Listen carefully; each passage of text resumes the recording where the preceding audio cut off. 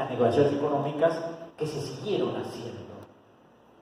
Porque el ministro Martín Guzmán arregló en el 2020 con los acreedores privados y después empezó la larga negociación con el Fondo Monetario. Por eso cuando a veces algunos periodistas me han preguntado, bueno, no, pero al fondo no se le puede dejar de pagar.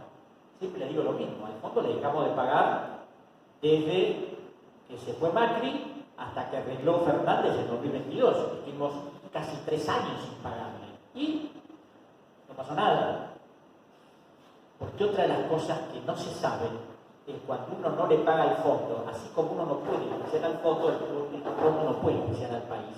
Y por otro lado, de acuerdo a los estatutos, el fondo, cuando un país no le paga, negocia, manda misiones, y pueden pasar años hasta que tome alguna decisión, porque al fondo no le conviene entrar en default con un país. Cuando el país no le paga, y bueno, a través de su contabilidad se maneja de la manera que esto pueda ser llevado adelante.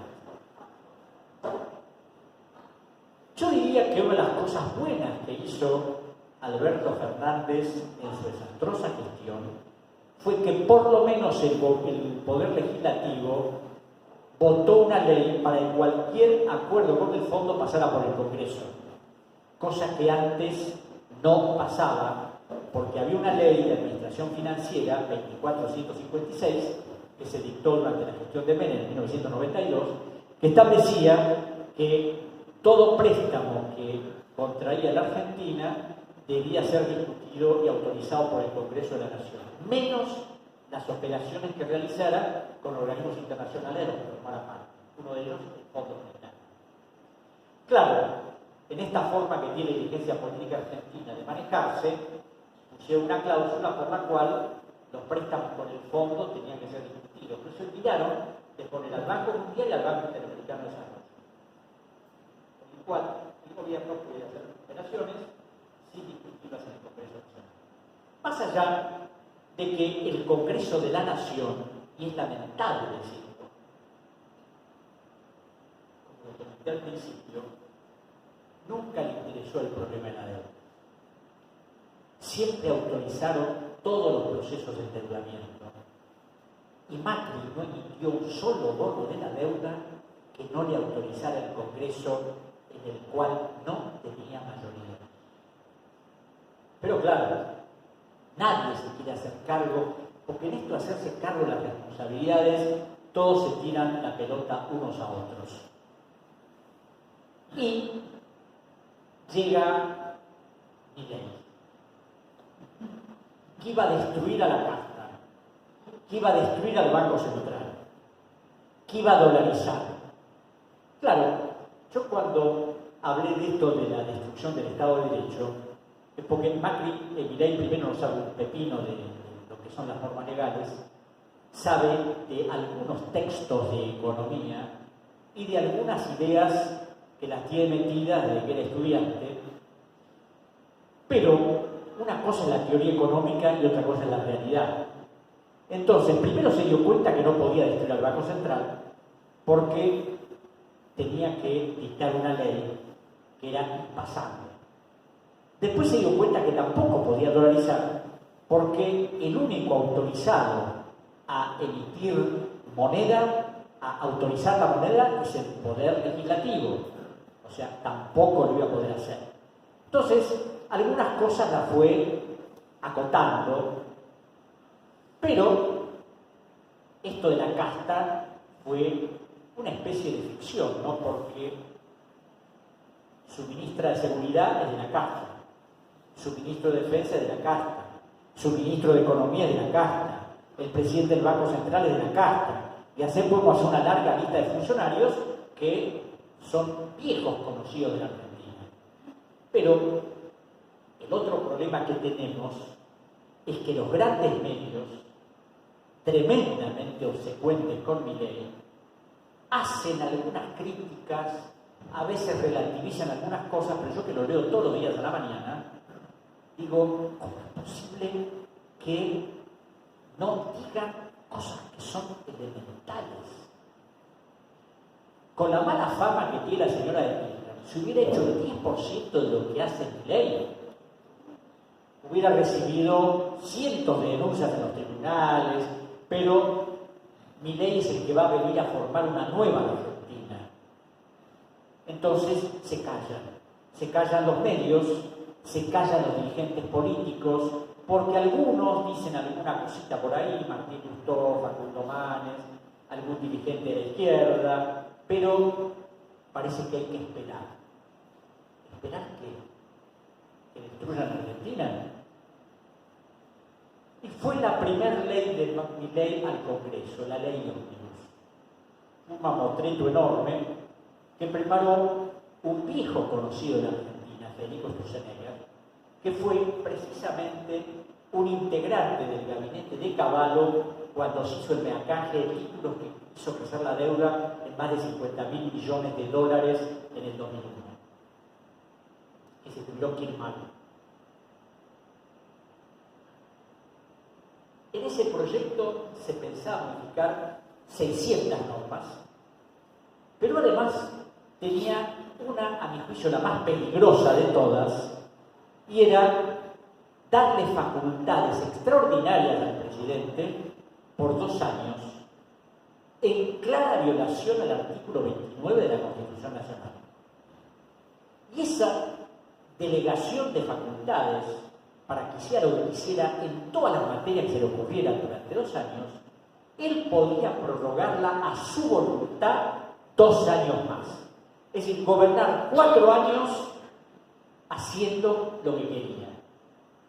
Y si bien yo critico permanentemente al Poder Legislativo, por lo menos a través de la discusión pública, el pueblo, la gente, podía darse cuenta qué es lo que estaba discutiendo.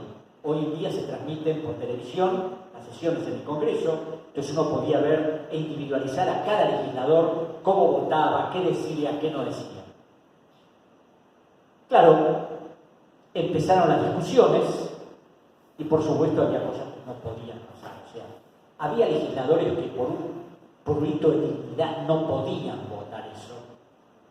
Entonces, afortunadamente fracasó y levantaron la ley, pero ahora va a volver. Hoy ya estuvo reunido con los gobernadores, con el Entre Ríos, Frigerio, y con toda la rufla que apoyan en algunos casos críticamente al gobierno, y ahí están discutiendo qué va a pasar. Pero hay otra cosa extremadamente grave, que es el decreto de necesidad de urgencia, el decreto 7023, donde le permite a Milei modificar 300 normas legales a su voluntad. El decreto de necesidad de urgencia tiene que ir a los 10 días a la comisión bicameral, entonces deliberadamente no la constituyeron. Y la constituyeron después que pasó más de 1 mes y medio, y que hubo discusiones y presiones, y pasó lo que pasó en el Senado, donde la vicepresidenta de la República no tuvo otra alternativa que llamar a sesión para discutirla, sabiendo que perdían. Y ahí Milei se enfureció con la vicepresidenta y se enfureció con los senadores que se habían atrevido a cuestionarlo. Pues claro, una particular del presidente es que, además de su enorme desequilibrio psíquico, no tolera el disenso, no tolera la discusión, no tolera que le pongan en evidencia cosas que dijo y que son absolutamente falaces. Entonces reacciona mal y por eso dijo que el Congreso es una cueva de ratas, y a dirigentes políticos con el que yo no estoy de acuerdo y que indudablemente fracasaron en la gestión pública, como Ricardo López Murphy, pero que es una persona con la que eventualmente se puede dialogar. Claro, cuando López Murphy se atrevió a decirle no sé qué cosa, inmediatamente dijo que era un traidor, una basura, porque ese es el estilo del presidente, que no hay antecedentes en la historia argentina de algo semejante.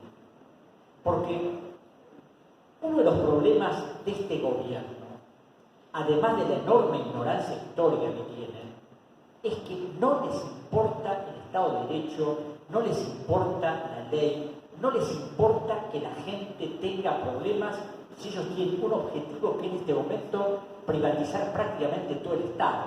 Y en cuestiones que diría no son gravitantes, porque no afectan a la gente en general, pero son simbólicas.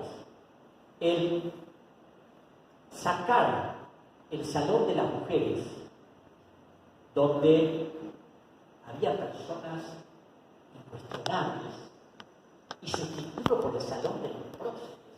Y el Salón de los Próceres introducir a Carlos Menem como prócer.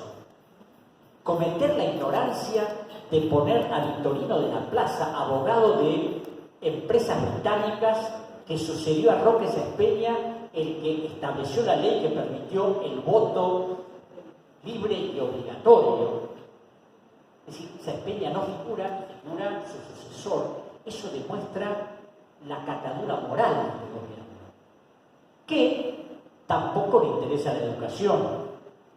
Las universidades nacionales tienen presupuesto hasta el mes de mayo, la UBA en Buenos Aires, en la capital federal por lo menos, después de mayo no puede funcionar. Estén viendo de suprimir el CBC para liquidar a todos los profesores que, claro, ¿cómo es posible que un gobierno pueda funcionar con estas características liquidando el CONICET? Porque si bien va a funcionar, han designado a un empresario privado para que lo administre y para que diga lo que tiene que hacer, lo que tiene que investigar. Y en este proceso